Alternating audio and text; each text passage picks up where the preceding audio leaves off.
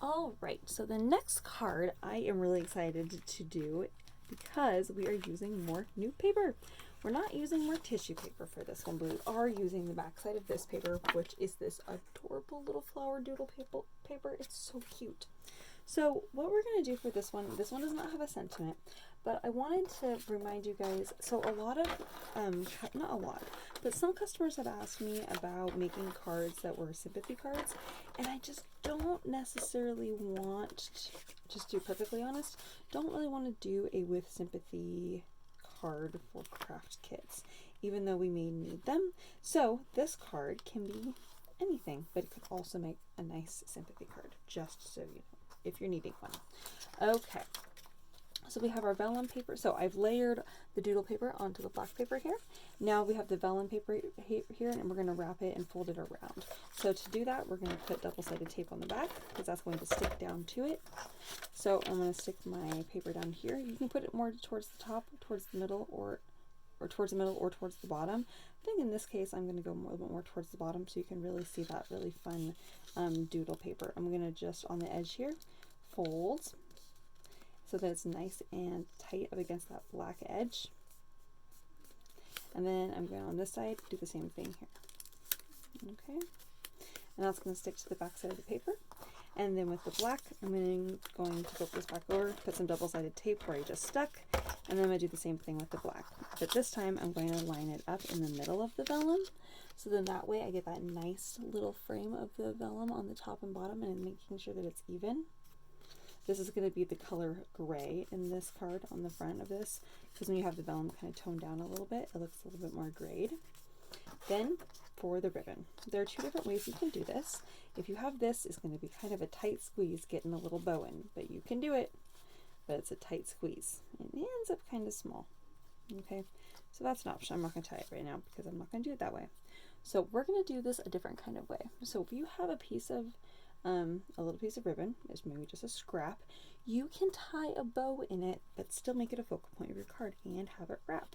So in the middle-ish, maybe a little bit more towards one side or the other, you're going to just do a little loop. Where your thumb is, you're going to wrap the ribbon around and over your thumb. Then you're going to cut that loop that was created over your thumb, you're going to tuck the end in because it went around the loop. You're going to tuck that in and you're just going to pull tight. So you're basically just doing a normal bow, but you're making it in the middle of your card. Okay, so most people know how to do this, but I'm just guiding you just in case you're not feeling successful. And if you're still not feeling successful, or if I did that off screen by accident, which I think I did, over and like so. So that's what we're going for. Okay, so it's a bow in the middle of your ribbon. All right, okay, great. So now that we've done that, now we can put it where we want on the card. Put some double-sided tape on the back one more time, but this time I'm actually going to go all the way around on all four sides here. But you can hold your bow in the front, and then you're just going to pull this around to the back side, keeping that ribbon right there in the middle. Oop.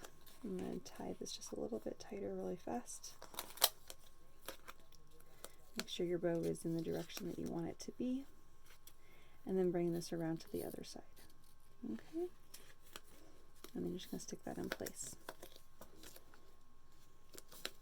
I'm going to put a little bit more double-sided tape there with that bow, that ribbon was. Okay, and now I'm going to stick it on the front of my card here.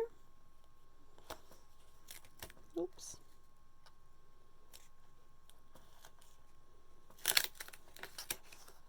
Making sure there's an even amount of silver from the card base on all four sides. And I'm going to put a tiny little bit of double-sided tape there where that bow is, so then that way I can really peel in, or I can really stick it in place. Actually, I'm going to tighten that just a little bit more and kind of fluff it up just a little bit. Kind of fluff up the little bow loops there and make them look a little bit more full. Okay. And there we have our cute little ribbon. This also makes the card a little bit more flat, which also works great for mailing.